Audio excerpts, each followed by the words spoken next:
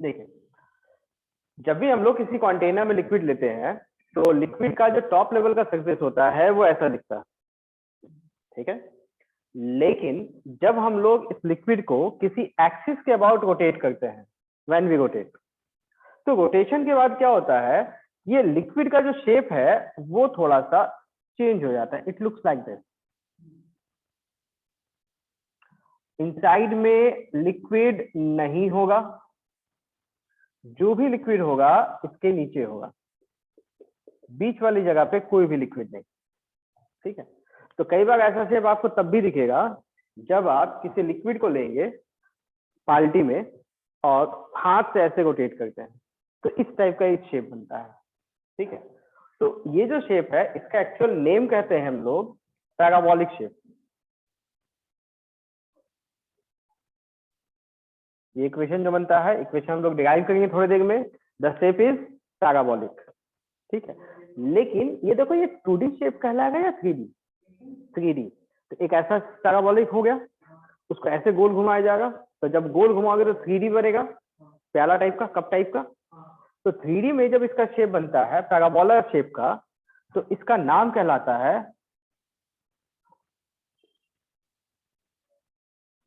Paraboloid, ठीक है। देखिए, तो पैराबोलॉइड शेप तब हम लोग कहते हैं जब कोई पैराबोला को ऐसे गोल घुमाएगा 3D में, ठीक है। 2D में शेप लेंगे तो इट इज पैराबोलिक, ठीक है। नाउ कैसे होगा ये पैराबोलिक, वो सब देखते हैं हम लोग। देखो, सिंपल है, कंटेनर था, लिक्विड फिल किए और इसको ओमेगा से घुमा दिए, तो दिस इज द शेप, ठीक है। तो इसका शेप मैं कह रहा हूँ पैराबोलिक होगा, तो डिराइव करेंगे तो ये एग्जैक्ट पता चलेगा। तो डेरिवेशन का मेथड देखो, हम लोगों को यहाँ एक कोऑर्डिनेट एक्सिस बनाना पड़ेगा, X axis and Y axis. तो एक्सिस बना लिए और यहाँ हम लोग कोई एक पॉइंट सेलेक्ट कर लेंगे, रैंडमली कोई एक पॉइंट, ठीक है। इस पॉइंट का कुछ कोऑर्डिनेट सिस्टम होगा, से एक्स कॉमा वाई, ठीक है। तो हम लोग इसका शेप निकालने के लिए हम लोग इस पॉइंट का फ्री बॉडी डायग्राम बनाएंगे, ठीक है। तो एफबीडी में फोर्सेस कौन कौन से लगेंगे, इसको चाहो तो आप अलग से भी ऐसे दिखा सकते हो। इस मॉलिक्यूल की हम लोग बात कर रहे हैं, तो एफबीडी में एक फोर्स लगेगा इस मॉलिक्यूल पे mg, और ये ऑब्जेक्ट, ये पार्टिकल इस सर्कल में रोटेट किया, तो सर्कल में रोटेट करने की वजह से सेंट्रीफ्यूगल फोर्स लगेगा, direction away from the centre, बाहर की ओर। Formula m omega square into radius, तो ये कहलाएगा रेडियस। अब यहाँ पे हम लोग इसका नाम दो कोऑर्डिनेट लिए, x comma y, y is the y coordinate, ये height, x is the x coordinate, ये। तो ये देखो, रेडियस और x कोऑर्डिनेट सेम होगा या अलग अलग? y कोऑर्डिनेट मींस ये हाइट, x कोऑर्डिनेट मींस ये डिस्टेंस। तो यहां से जब ये सर्कल घूमेगा तो सर्कल का x कोऑर्डिनेट और इसका रेडियस दोनों सेम है या अलग अलग? सेम। तो सेंट्रीफ्यूगल फोर्स का जो फॉर्मूला था m omega square into radius, radius की जगह x कोऑर्डिनेट तो डाल ही सकते हैं, ठीक है। चलो, अब थोड़ा सा पुरानी चीजें याद करो। मैथ में या स्टार्टिंग के डिफरेंशिएशन पढ़ने के टाइम में मैंने बोला था कोई भी कर्व किसी भी पॉइंट पे एक एंगल बनाएगा थीटा, ठीक है। और यहाँ जो tan थीटा होता है इसका एक नाम कहलाता है slope. tan theta is given the name slope, और इस स्लोप का एक फॉर्मूला भी होता है, that is dy upon dx, ठीक है। तो यहां चाहे तो हम लोग इस tan थीटा का एक एक्सप्रेशन लिख सकते हैं, dy अपॉन dx, और इसी tan थीटा को हम लोग दूसरे टर्म में भी एक्सप्रेस कर सकते हैं। देखो, जैसे यहाँ this angle is theta, theta, एक लाइन बनाएंगे 90 का, तो it is theta 90 minus theta, और ये नीचे वाला एंगल थीटा। और tan थीटा का फॉर्मूला परपेंडिकुलर अपॉन बेस, तो इस ट्रायंगल में, राइट एंगल ट्रायंगल में perpendicular will be the dotted line, the dotted line horizontal है, that is m omega square x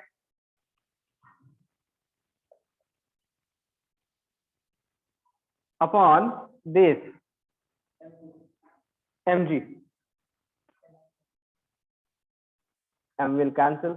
Now हम लोगों का मेन पर्पस क्या है, y कोऑर्डिनेट निकाला इन टर्म्स ऑफ x, तो हम लोग y को अलग कर देंगे, x को अलग कर देंगे, so we will get dy is equal to omega square x upon g multiplication will be with dx. अब देख के ही क्या लगा, इंटीग्रेशन करना है, तो इंटीग्रेशन का साइन लिमिट ऑरिजिन में x और y कोऑर्डिनेट दोनों 0, तो स्टार्टिंग पॉइंट ऑरिजिन लेंगे, तो y coordinate x coordinate both will be 0.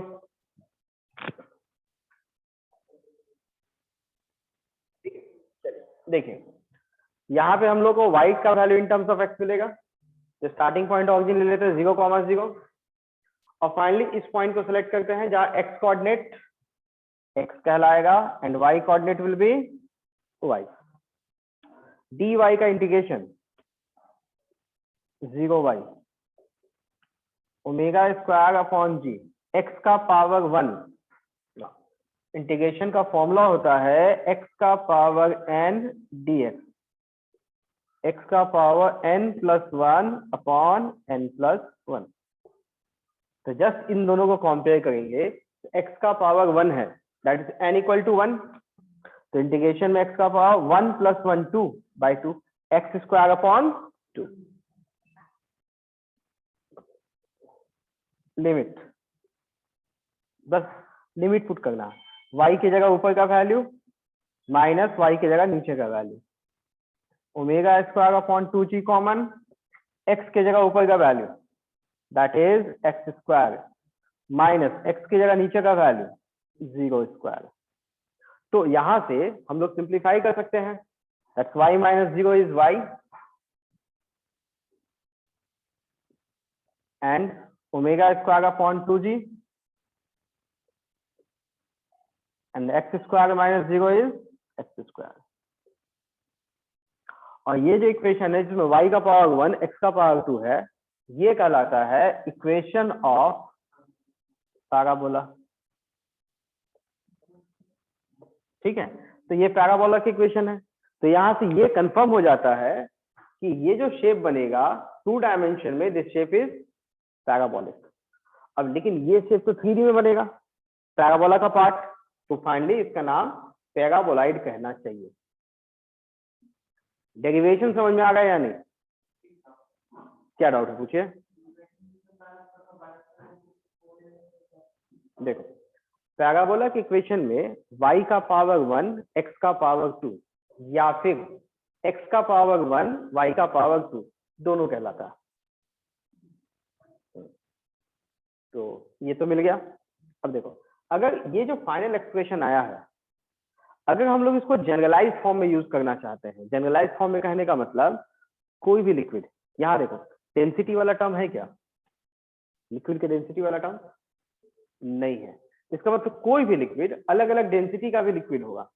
अगर ये रोटेट करता है तो जहां जहां लिक्विड है वो सारे लिक्विड इस पैराबोला वाले शेप को फॉलो करेंगे और इस इक्वेशन को ही ये लोग हमेशा फॉलो करेंगे. ठीक है, तो अगर हम लोग को हर सिचुएशन में इसी इक्वेशन को यूज करना है तो कुछ छोटे छोटे टर्म्स है या छोटे छोटे कुछ एजम्पशंस है जो हम लोग को लेने पड़ेंगे. ठीक है, एजम्पशंस क्या है, देखो पहला एजम्पशन, जिस एक्सिस के अबाउट रोटेट हुआ पैराबोला का ऑरिजिन एक्सिस पे ही. ठीक है, और जो हाइट का कैलकुलेशन, जैसे y कोऑर्डिनेट निकाला है हम लोग, तो y कोऑर्डिनेट का कैलकुलेशन कहाँ है, ऑरिजिन से ही हाइट दिया गया है ना. ठीक है, दिस इज ओनली कंक्लूजन. तो अगर कुछ इंपॉर्टेंट कंक्लूजन निकालना है तो वो that is axis of rotation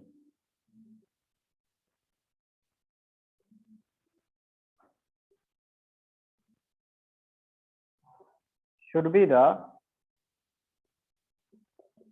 origin of parabola. जो पैराबोला कंसीडर करेंगे उसका ऑरिजिन एक्सिस पे होगा। सेकेंड, y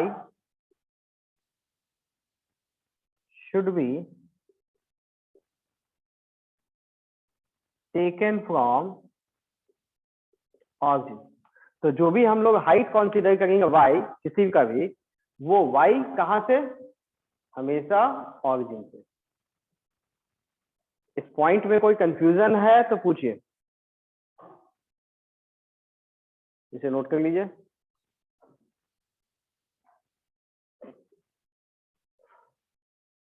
सर एक बार और बता दीजिए। देखो फिर से ध्यान से देखो, कंटेनर, उसके अंदर एक लिक्विड, ठीक है, इसे हम लोग ओमेगा से रोटेट करिए एक्सिस के अबाउट, तो लिक्विड का शेप सीधा नहीं होकर ऐसा कर्व टाइप का हो जाता है। नीचे लिक्विड है, ऊपर में एम्प्टी स्पेस एयर। तो ये जो शेप होता है, this is the equation of parabola, ठीक है। तो डिराइव करने के लिए हम लोग सरफेस के एक मॉलिक्यूल सिलेक्ट कर लिए, उसका एफबीडी बना है, एक mg लगेगा, ओमेगा गिवन है और ये सर्कल में घूमा तो एक सेंट्रीफ्यूगल फोर्स लगेगा अवे फ्रॉम द सेंटर। ये इस सर्कल में घूमेगा तो सर्कल का सेंटर से अवे बाहर। Formula m omega square into radius, क्योंकि ओमेगा गिवन है तो ओमेगा वाला फॉर्मूला लगेगा ना। अब यहाँ पे रेडियस का वैल्यू, तो हम लोगों ने इसे ऑरिजिन बनाया था 0,0, it's general point x, y। तो y coordinate means height, x coordinate means x का लेंथ। तो यहां से radius and x both are same, तो ये m ओमेगा स्क्वायर रेडियस की जगह x कोऑर्डिनेट, ठीक है। This angle is theta, 90 minus theta, this one is again theta, ठीक है। नाउ मैथ में एक टर्म लेते हैं स्लोप, जिसका फॉर्मूला होता है tan थीटा या dy बाई dx, ये फॉर्मूला, ठीक है। तो tan theta dy by dx तो है ही, बस उसके लिए ध्यान देना है एंगल हमेशा हॉरिजॉन्टल के साथ होना चाहिए, ठीक है। अब यहाँ पे tan थीटा का वैल्यू परपेंडिकुलर बाय बेस भी तो लिख सकते हैं, perpendicular horizontal force m omega square x and the base is mg। तो यहाँ से y वाले टर्म को अलग कर दिए, x वाले टर्म को अलग कर दिए। अब इंटीग्रेशन का लिमिट, y कोऑर्डिनेट ऑरिजिन से 0 to y and x coordinate 0 to x। तो इंटीग्रेशन में ये y मिलेगा, x dx is x square by 2, limit put करना है। तो मोमेंट हम लोग लिमिट पुट करते हैं तो ये एक्सप्रेशन मिलेगा। तो इसका मतलब कोई भी लिक्विड जो एंगुलर वेलोसिटी ओमेगा के साथ रोटेट करता है, हमेशा उसका एक इक्वेशन मिलेगा, that is same equation, that's the equation of parabolic. Parabolic equation follow करेगा। अब जनरलाइज फॉर्म इस फॉर्मूले को यूज करना है, तो उसके लिए बस ध्यान रखना पड़ेगा जो एक्सिस ऑफ रोटेशन है उसी पे ऑरिजिन होगा, और जो भी हाइट का कैलकुलेशन होगा y coordinate, that should B from the origin. ये दो कंक्लूजन फॉलो करना पड़ेगा, ठीक है। I think clear now.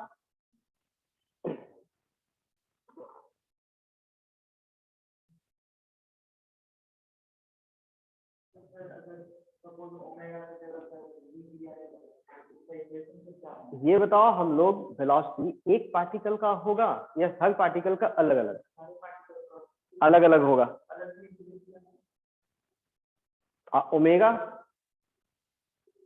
Rotational motion है तो हर पार्टिकल का ओमेगा सेम, सबको रोटेशन का ओमेगा तो सेम ही होगा, जो एक्सिस का होगा भाई। तो यहाँ पे इसलिए ओमेगा हर पार्टिकल के लिए सेम होगा, इसलिए ओमेगा दिया हुआ है, not we.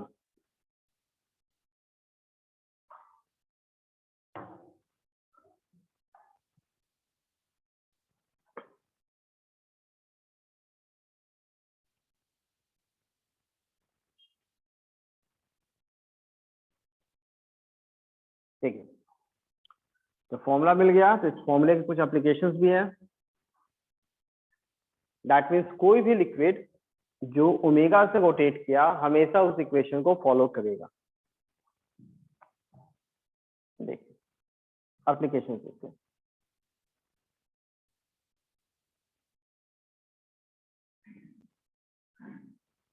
It's a U shape tube, U tube, ये हो गया axis of rotation, this length is L,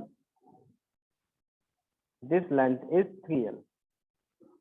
तो जब हम लोग इस एक्सिस के अबाउट ओमेगा से रोटेट करते हैं तो हम लोगों को मिला एक लेवल में लिक्विड का हाइट अलग है, दूसरे साइड में लिक्विड का हाइट अलग, and the difference of height of the two branches of liquid is h। आपको यहाँ h का वैल्यू निकालना है और ये भी एक्सप्लेन करना है ये हाइट h अलग अलग क्यों मिला। Got it? देखो तो सीधा फंडा यहाँ पे देखो, ये ओमेगा से रोटेट किया, ठीक है। तो जहां जहां लिक्विड है उस लिक्विड के लिए इक्वेशन यही फॉलो होगा, मतलब लिक्विड का शेप पैराबोलॉइड या पैराबोलिक बनेगा, ठीक है। लेकिन लिक्विड यहाँ पे इधर इधर तो है ही नहीं, लिक्विड बस इस जगह पे है। तो ये दोनों पोर्शन जो लिक्विड का है that should follow the parabolic part, parabolic का जो शेप होगा उसके अकॉर्डिंग होगा, ठीक है। तो पैराबोला बनाने के लिए कुछ कंडीशन हम लोग सीखे थे, वो ये कि ऑरिजिन जो होगा पैराबोला का that should be on the axis. तो एक्सिस तो ये लाइन है, तो अगर आप पैराबोला बनाएंगे तो ऑरिजिन आप यहाँ भी बना सकते हो, यहाँ बना सकते हो, नीचे बना सकते हो, बस उसका सरफेस का जो पॉइंट होगा, लाइन होगा, वो यहाँ से पास होना चाहिए और यहाँ से पास होना चाहिए, ठीक है।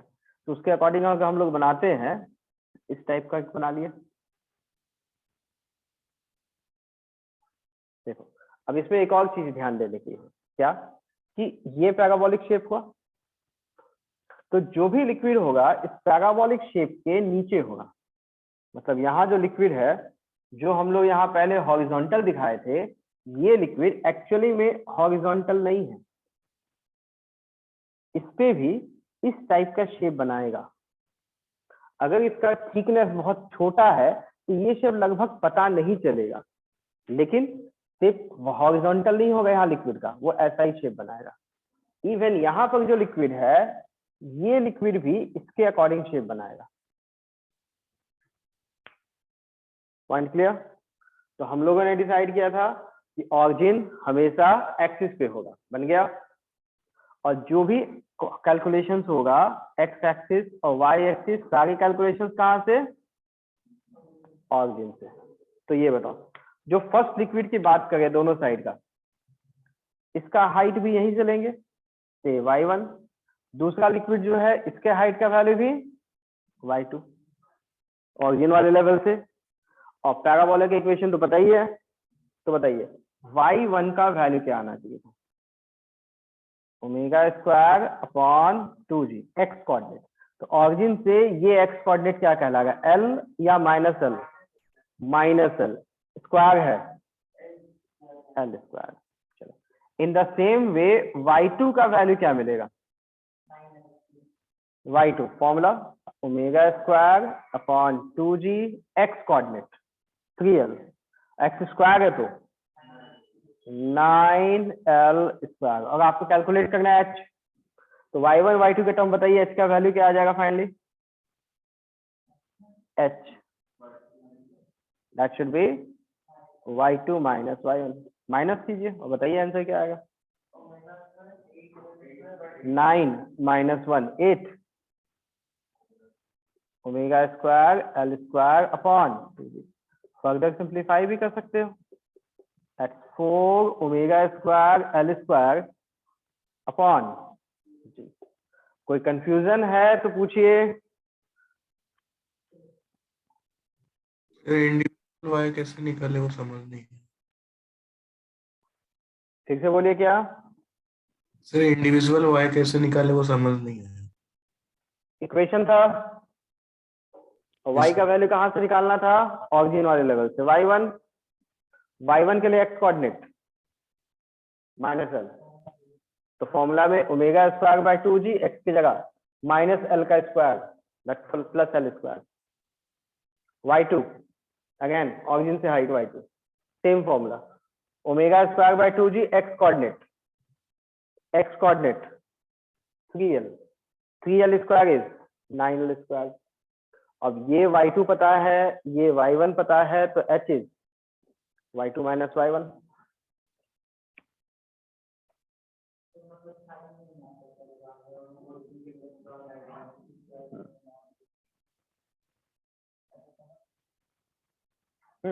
देखो प्लस माइनस एक्स डिपेंड करेगा क्या, स्क्वायर एक्स का। एक और ऐसा क्वेश्चन,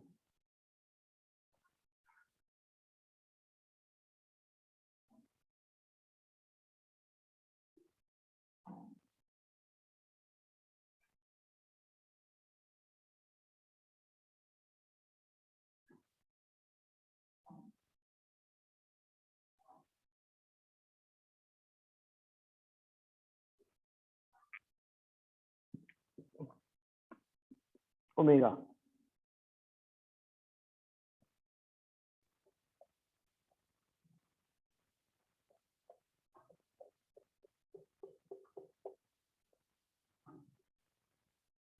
L 2L 3L। देखिए यहां लिक्विड का पता चला 3 अलग अलग हाइट है। This gap is H1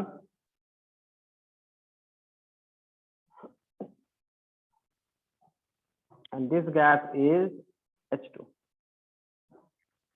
Find H2 upon H1, ये कैलकुलेट करना है। ठीक है, कैलकुलेट कीजिए। सेम फंडा, कुछ नया फंडा नहीं।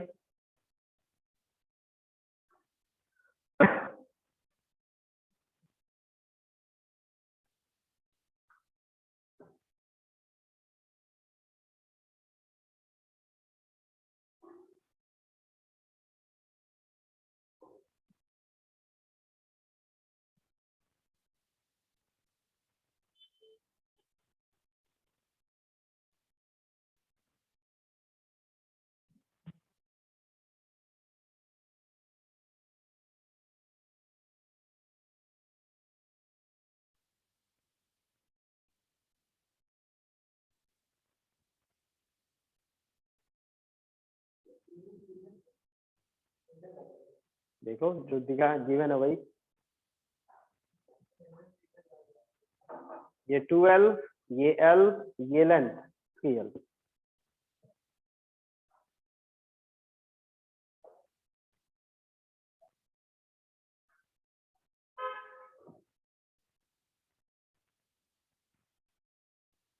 इधर वाले टर्म को हटा दें।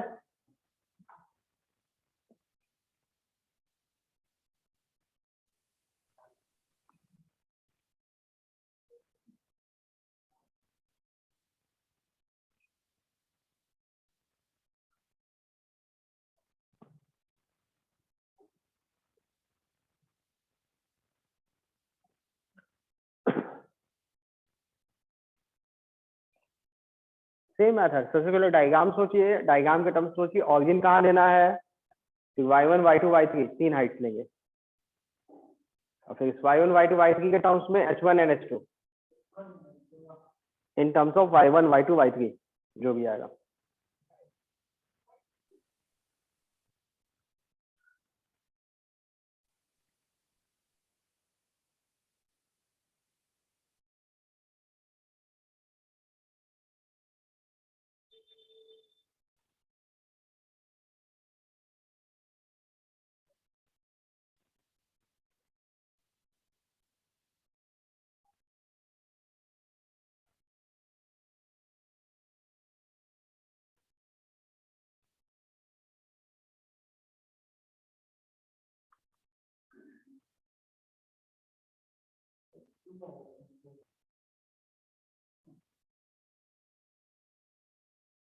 कैलकुलेट कीजिए, इजी क्वेश्चन है। देखो हम लोग ऑरिजिन मानेंगे यहाँ कहीं, मान लिया, सारे कैलकुलेशन क्या से बोलिए। सर आंसर 3/16 है।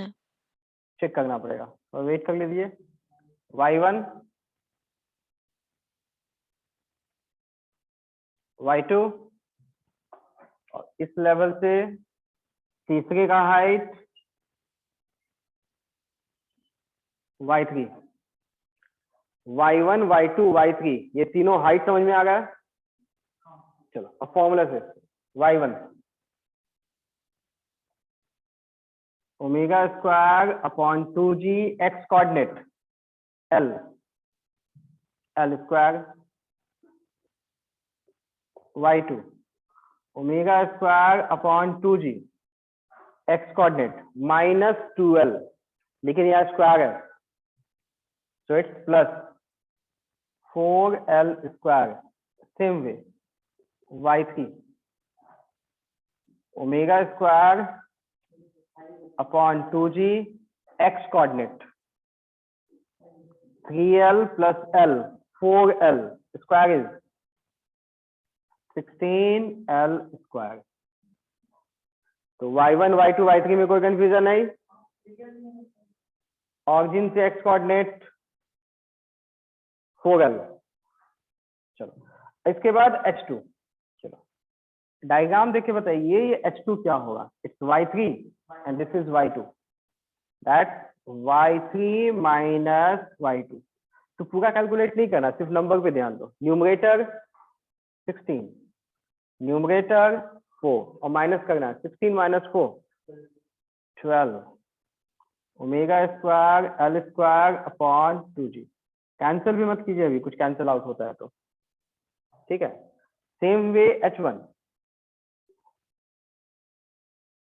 y2 माइनस y1 घटाइए, y2 में 4 y1 में 1 that is 3 omega square l square upon 2g।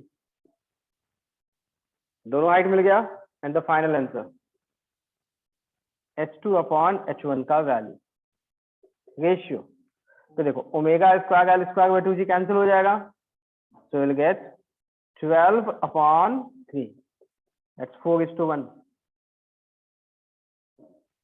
कोई कंफ्यूजन है तो पूछिए। क्लियर?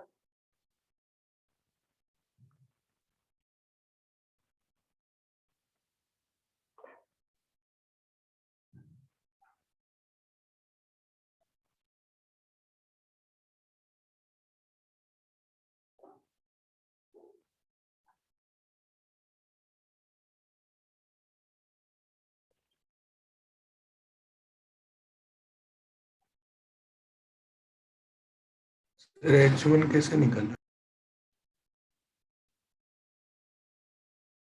H1 इस लेवल से देखिए, this height is H2, this height is H1। H1 क्या होगा? y2 माइनस y1, और दोनों वैल्यू पता था, वैल्यू पुट कीजिए बस।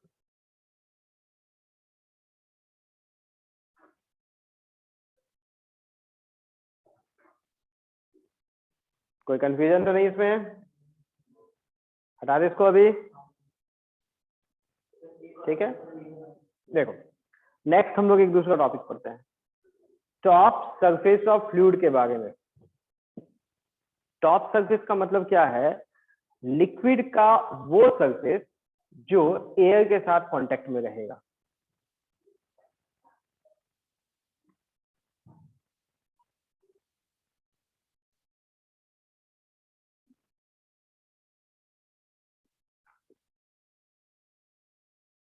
This is the top surface, ठीक है। तो अगर हम लोग इसका सरफेस देखते हैं, लिक्विड का कोई मोशन नहीं, कंटेनर का कोई मोशन नहीं, तो सरफेस कैसा मिलता है? हॉरिजॉन्टल, ठीक है। कंक्लूजन कैसे निकालते हैं? सरफेस कैसा होना चाहिए डिसाइड करने के लिए कंडीशन क्या होना चाहिए, ठीक है। तो मेथड क्या है कि सरफेस का कोई भी एक मॉलिक्यूल सेलेक्ट कर लो, any molecule of your choice, surface का मॉलिक्यूल, इसका फ्री बॉडी डायग्राम बनाइए। एक mg लगेगा, यहाँ तो कोई दूसरा फोर्स नहीं है, अगर कोई दूसरा फोर्स भी लगेगा वो भी लगाएंगे, और इन सब का एक रिजल्टेंट फोर्स होगा, ठीक है। और यहाँ एक नॉर्मल रिएक्शन मिलता है बाकी की वजह से। ये जो n होता है, जिसका नाम कहेंगे हम लोग normal reaction,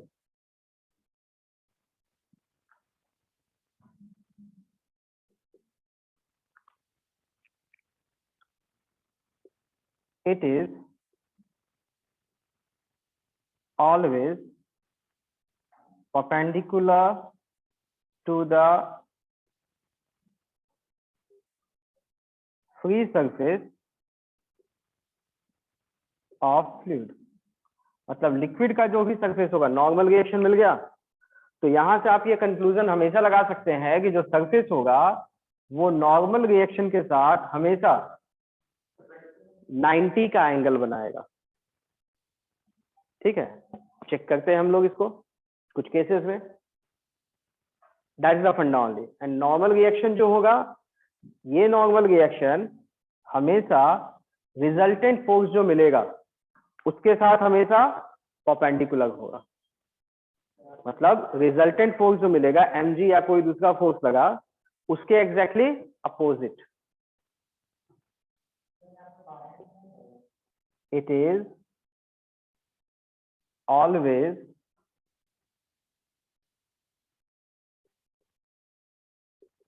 opposite to net force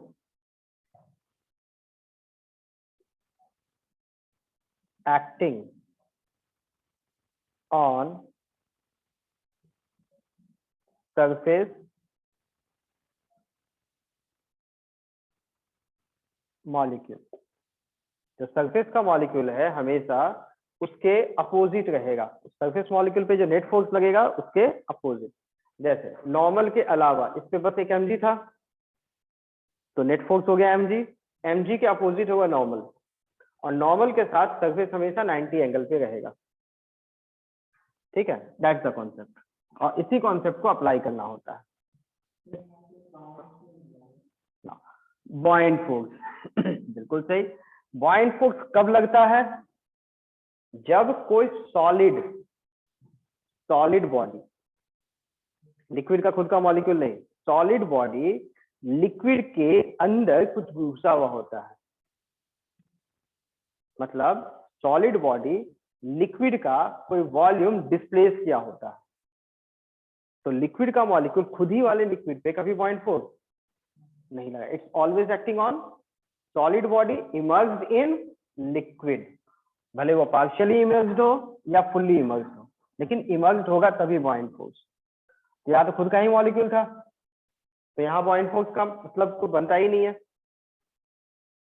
चलो देखो अप्लाई करके देखते हैं कुछ पुरानी चीजें जो हम लोग पहले से पढ़े हुए हैं, पहले उस पे आते हैं। एक कंटेनर, इस कंटेनर को एक हॉरिजॉन्टल एस्पिरेशन A0 देते हैं। ठीक है, इसमें लिक्विड का जो शेप होता है वो हम लोग पहले भी पढ़ चुके हैं। ठीक है, इस मेथड से एनालाइज करने की कोशिश करते हैं। एक मॉलिक्यूल सेलेक्ट करिए, इसका एफबीडी बनाएंगे, mg होगा, एस्पिरेशन आगे है तो एक स्यूडो भी लगेगा। अब दो फोर्सेस है, दोनों का एक रिजल्टेंट भी होगा।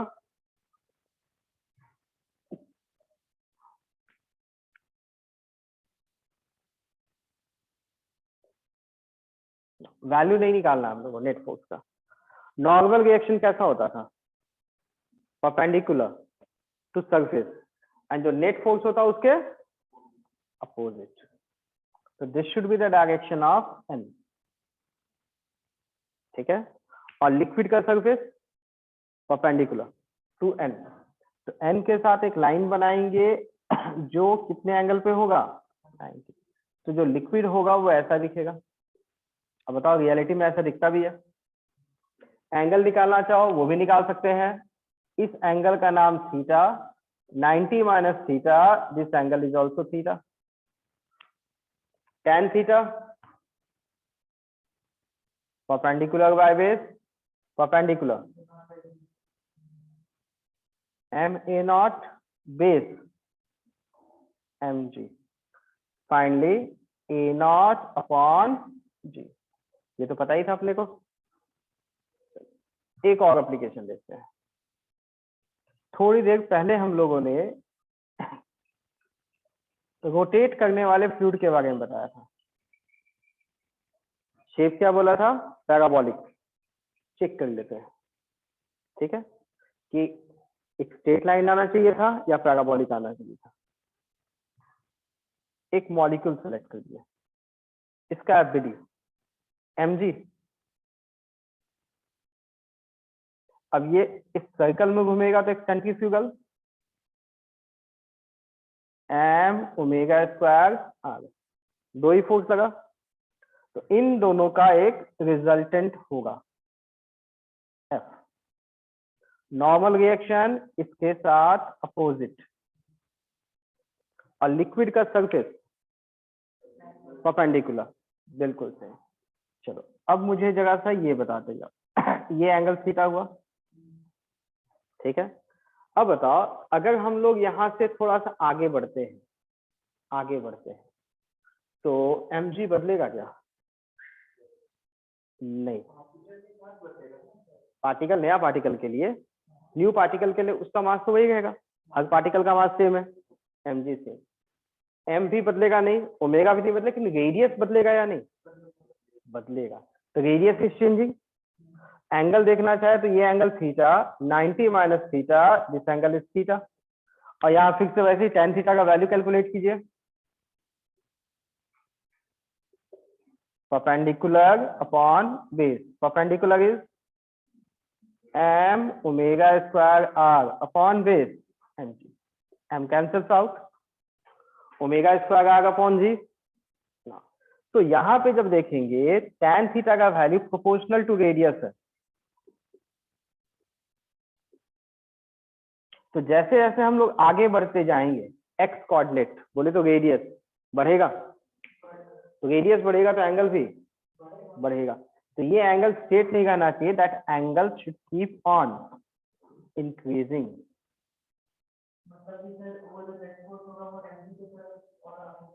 एंगल बढ़ता जाएगा और इधर जाएंगे तो एंगल घटता जाएगा। अच्छा, इसके सेंटर वाले पॉइंट पे रेडियस कितना?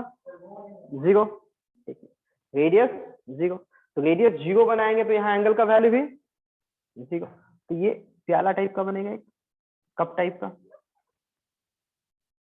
सिमेट्रिकली पीछे की ओर भी ऐसा। तो यहां से भी हम लोग कंक्लूजन निकाल सकते हैं कि शेप कुछ इस टाइप का दिखेगा, that will not be a straight line but A curve. और कर्व का इक्वेशन निकालने तो हम लोग आता था, ठीक है। कुछ कंफ्यूजन है तो पूछिए। सर सेकंड एप्लीकेशन एक बार फिर से समझा दीजिए। एक बार फिर से देखो, ये पॉइंट सेलेक्ट किया mg, ये रेडियस सेंट्रीफ्यूगल, दोनों का नेट फोर्स ऐसा, नॉर्मल रिएक्शन नेट फोर्स के अपोजिट, ठीक है। अब एंगल देखते हैं, ये angle theta 90 minus theta, again this angle is theta, tan theta, perpendicular upon base, तो perpendicular force m omega square r, base mg, m cut जाएगा, omega square r upon g, tan theta. tan theta समझ में आ गया, लेकिन ये tan theta का value radius पे डिपेंड किया। दैट मीन्स अगर हम लोग ऑरिजिन पे बात करते हैं तो रेडियस का value 0, tan theta equal to 0, तो 0 हॉरिजॉन्टल लाइन। जैसे जैसे आगे बढ़ेंगे रेडियस बढ़ेगा तो एंगल का वैल्यू भी बढ़ेगा, तो आगे बढ़ते जाएगा तो एंगल बढ़ते जाएगा, तो ये कर्व कहलाएगा ऐसा। तो इस तरह से हम लोग इसको एनालाइज कर सकते हैं। पूछे।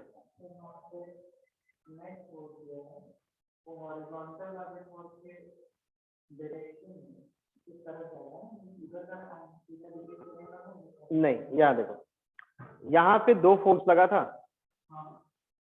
तो दो फोर्स के बीच का एंगल 90, तो रिजल्टेंट जो निकालना चाहोगे तो इन दोनों के बीच में ही कोई ना आएगा, तो बीच का एक फोर्स, ठीक। और वैल्यू निकालना चाहोगे तो वैल्यू आप चाहो तो निकाल सकते हो, दोनों के बीच का एंगल 90 है तो पाइथागोरस थ्योरम से वैल्यू भी आ जाएगा।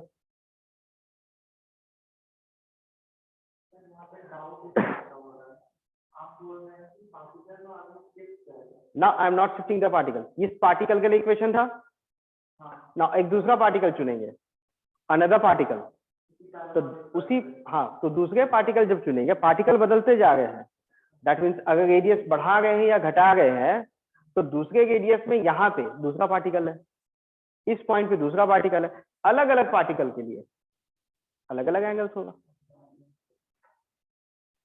ये पार्ट समझ में आया? चलो ये दोनों कीजिए, इसके बाद आप लोग मुझे कैलकुलेट करके बताइए।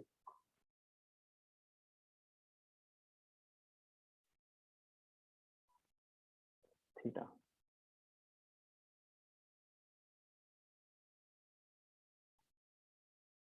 This is the container theta. यहां अगर लिक्विड को छोड़ते हैं तो ये लिक्विड सपोज यहाँ पे कुछ एंगल बनाएगा थीटा अल्फा। इस अल्फा का वैल्यू निकालना है। पहला,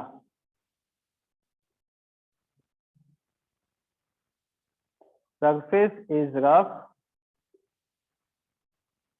that means there is no slipping.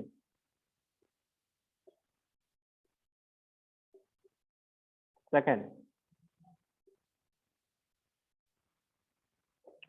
surface is smooth, मतलब फ्रिक्शन नहीं है। तो दोनों केसेस में आपको अल्फा का वैल्यू कैलकुलेट करना है। देखो ये हॉरिजॉन्टल लेवल, हॉरिजॉन्टल लेवल, तो top layer of liquid horizontal के साथ कोई एंगल बनाएगा अल्फा, इस एंगल अल्फा का value. I think question clear? ठीक है, चलो ये दोनों लिख लीजिए, फिर उसको सॉल्व कीजिए।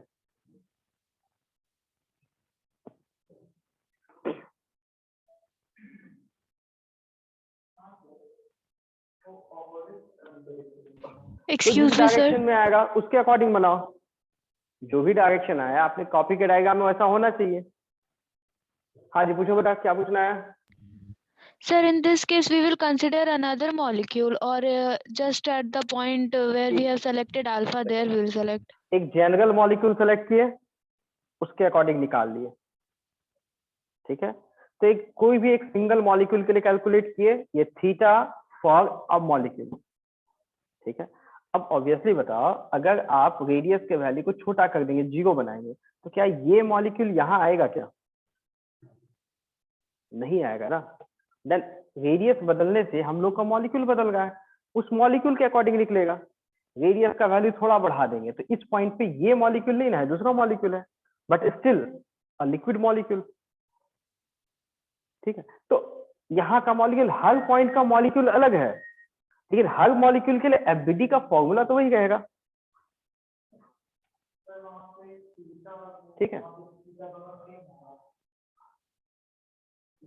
दिस एंगल इज थीटा और ये पैरेलल टू सरफेस है सर, और यहाँ पे कोई दूसरा एंगल बनेगा अल्फा, दोनों अलग अलग है।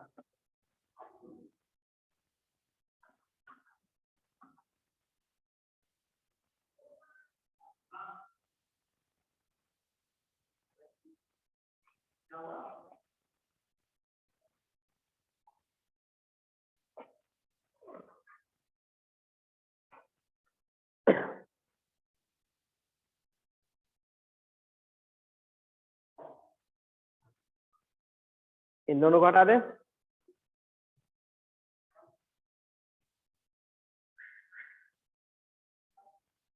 इट्स जस्ट द एफबीडी, एक मॉलिक्यूल का एफबीडी बनाओ, बस वहीं से डिसाइड होगा।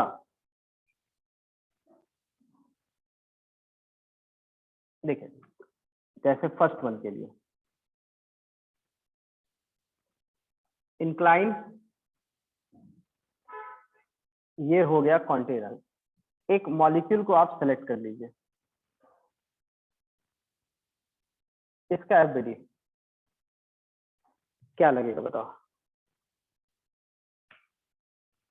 कोई मोशन तो है नहीं, कोई एक्सेलरेशन नहीं, कुछ भी नहीं, रेस्ट पे है, surface is rough, there is no slipping, container fixed होगा।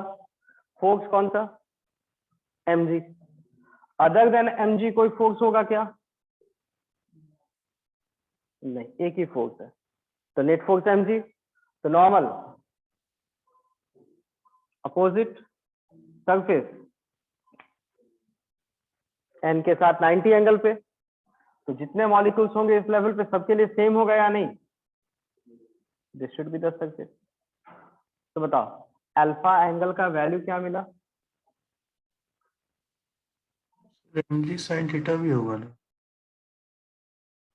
तो या तो mg sin theta mg cos theta दिखाओ या mg दिखाओ।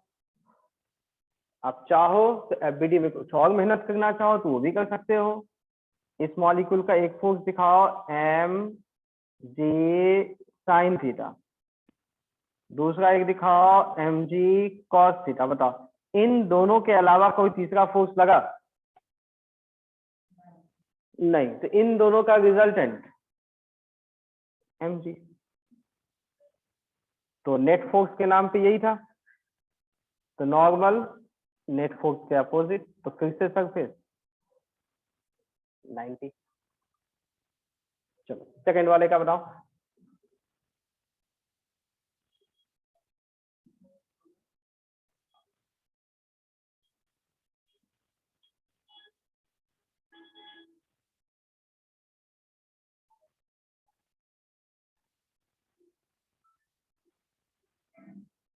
एफबीडी मॉलिक्यूल का। लेकिन अब के केस में क्या है बताओ, सरफेस स्मूथ है तो कंटेनर रेस्ट पे होगा या मूव करता होगा? कौन से डायरेक्शन में? डाउन द इंक्लाइन, बिल्कुल सही। तो यहाँ जो कंटेनर है that will move down the incline, तो डाउन द इंक्लाइन जाएगा तो कोई एक्सेलरेशन भी होगा या नहीं? कितना वैल्यू क्या होगा? F equal to M A, F equal to M A. चलो इसका मास m लेते हैं, तो इस डायरेक्शन में एक्सेलरेशन का वैल्यू, फोर्स का वैल्यू mg sin थीटा। और कोई फोर्स नहीं है, तो एक्सेलरेशन का value force by mass mg sin theta by mass किसके इक्वल आएगा? g sin theta. तो कंटेनर का एक एक्सेलरेशन होगा that is g sin theta parallel to incline, ठीक है। लेकिन हम लोगों को कंटेनर का एक्सेलरेशन देखना है, ये पार्टिकल है उसका एफबीडी बनाना है और इस पे नेट फोर्स देखना है, तो उसका एफबीडी बनाइए। ये बताओ कंटेनर विथ लिक्विड इंक्लाइन पे है, तो इधर वाले फोर्स का वैल्यू mg sin थीटा, और F equal to M A होता है, तो बाय मास कर देंगे तो एक्सेलरेशन, तो mg sin theta bye m, m तो कट जाएगा, बचेगा क्या? g sin theta is the acceleration container का और अंदर वाले लिक्विड का भी। लेकिन हम लोग को फ्री सरफेस चाहिए, तो इसका एफबीडी बताइए क्या होगा?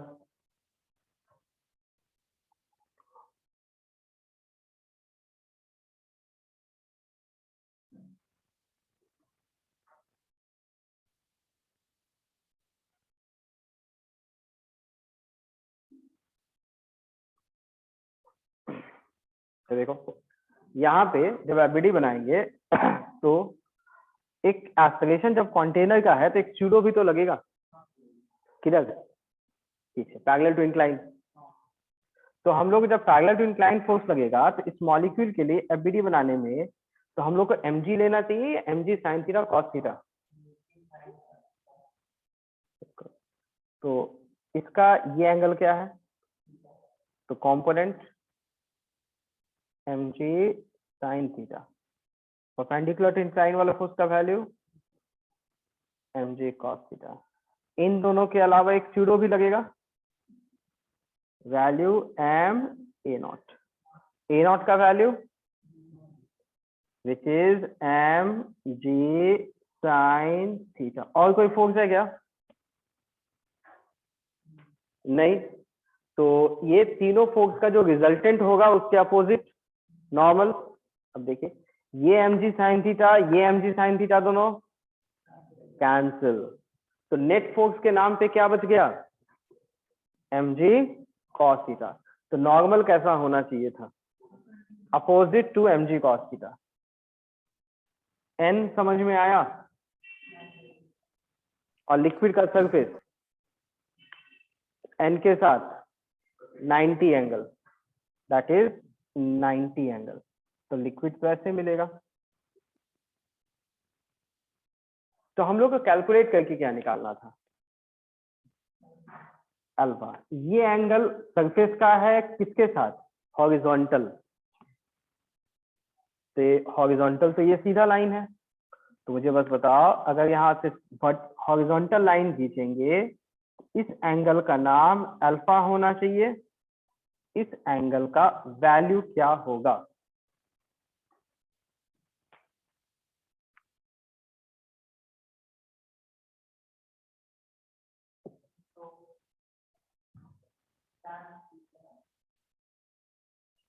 कैलकुलेट करना पड़ेगा या डायरेक्ट भी बता सकते हो। ये सरफेस और ये सरफेस कैसा है, हॉरिजॉन्टल के साथ एंगल थीटा है, ये हॉरिजॉन्टल के साथ एंगल अल्फा है। तो दोनों अलग अलग है या same, theta and alpha both angle should be equal.